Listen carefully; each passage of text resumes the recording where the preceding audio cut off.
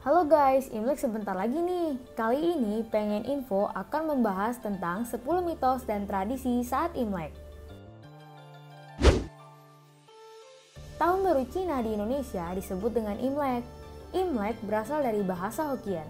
Jadi ingat ya guys, Imlek bukan berasal dari bahasa Mandarin. Bahasa Hokkien adalah salah satu dari cabang bahasa Min Selatan yang merupakan bagian dari bahasa Han. Bahasa ini terutama digunakan secara luas di Provinsi Fujian Taiwan, sebelah utara Guangdong, dan di Asia Tenggara, di mana konsentrasi Tionghoa perantau adalah mayoritas berasal dari Provinsi Fujian. Di dunia internasional, Imlek dikenal dengan Chinese New Year, atau disebut dengan Lunar New Year. Sebelumnya, klik subscribe dan like-nya ya, supaya tahu lebih banyak info-info lainnya. Nomor 1. Bersih-bersih rumah 1 hari sebelum Imlek. Bersih-bersih rumah biasa dilakukan 1 hari menjelang Imlek.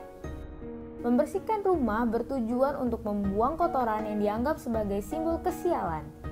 Biasa yang masyarakat Tionghoa lakukan agar rumah tampak bersih adalah dengan menyapu rumah, mengepel rumah, serta membuang barang-barang yang tidak diperlukan.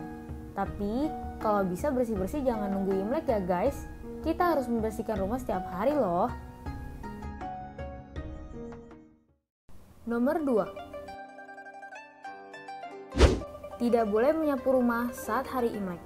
Sebelumnya guys, tadi sudah disinggung kalau 1 hari menjelang Imlek masyarakat Tionghoa akan membersihkan rumah. Tapi, lain halnya saat hari H. Hari pertama perayaan Imlek, masyarakat Tionghoa sama sekali tidak boleh menyapu rumah.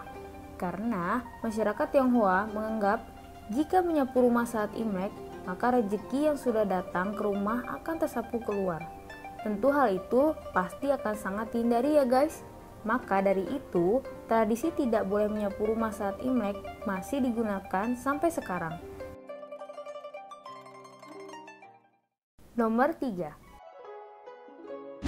Serba warna merah. Konon katanya, pada zaman dahulu, warna merah dapat mengusir roh-roh atau makhluk jahat.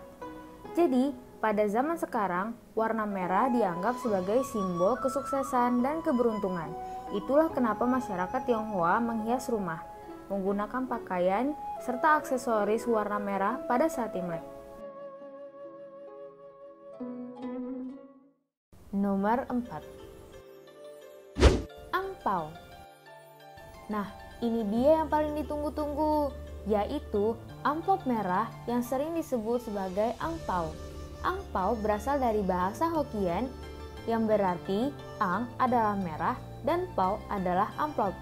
Ini merupakan tradisi di mana masyarakat Tionghoa yang sudah menikah memberikan angpau kepada mereka yang belum menikah. Makna tradisi membagikan angpau pada saat Imlek ini berkaitan dengan transfer energi dan kesejahteraan yang juga dipercaya memperlancar rezeki di kemudian hari. Jadi yang sudah menikah jangan pelit-pelit ya, bagi-bagi dong sama Mimin. Hihihi.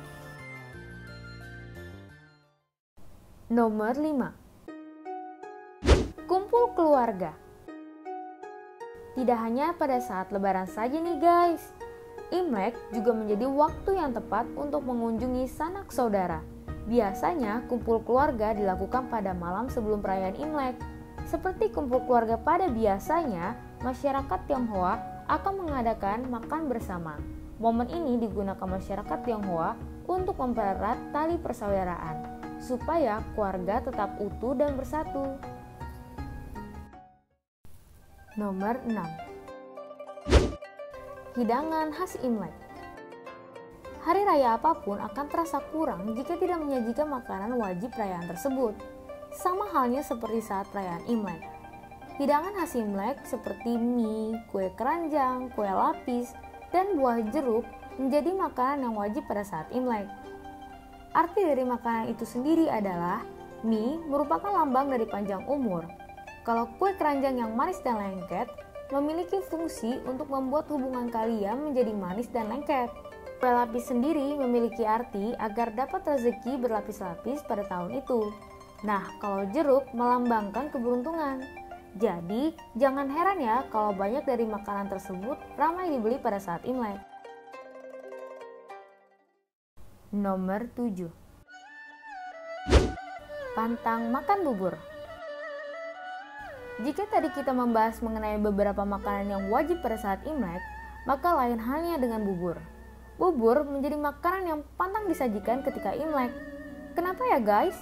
Karena bubur dianggap sebagai simbol kemiskinan. Tapi Mimin makan bubur setiap pagi. Gimana ya guys? Tapi tenang aja nih, karena tradisi ada pada saat Imlek aja. Nomor 8.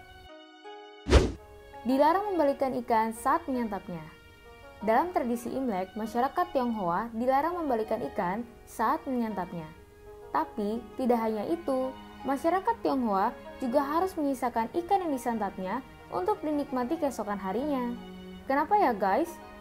Karena hal itu merupakan lambang dari nilai surplus untuk tahun yang akan datang. Surplus apa surprise ya guys? Surplus berarti nilai lebih. Maka masyarakat Tionghoa percaya jika tidak membalikan ikan saat menyantapnya, akan ada nilai-nilai lebih untuk tahun yang akan datang. Nomor 9.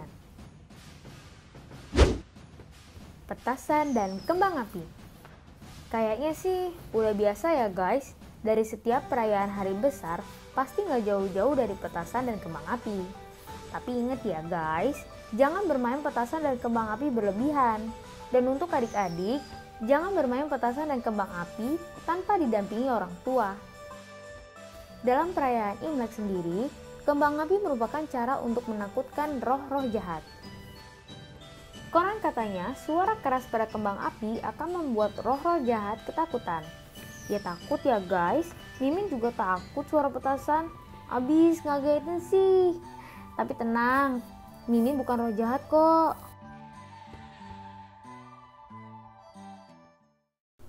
Nomor 10. Pagelaran barongsai. Nah, ini juga yang ditunggu-tunggu saat Imlek.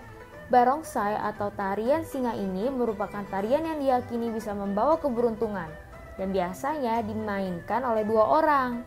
Sebutan barongsai sendiri merupakan cerminan akulturasi Cina di Indonesia. Barong merupakan sebuah tarian tradisional Bali yang ditandai dengan topeng. Sementara sai dalam bahasa Hokkien berarti singa. Tapi nama asli barongsai dari Cina sendiri adalah wuxi. Di dunia internasional, barongsai lebih akrab disebut lion dance.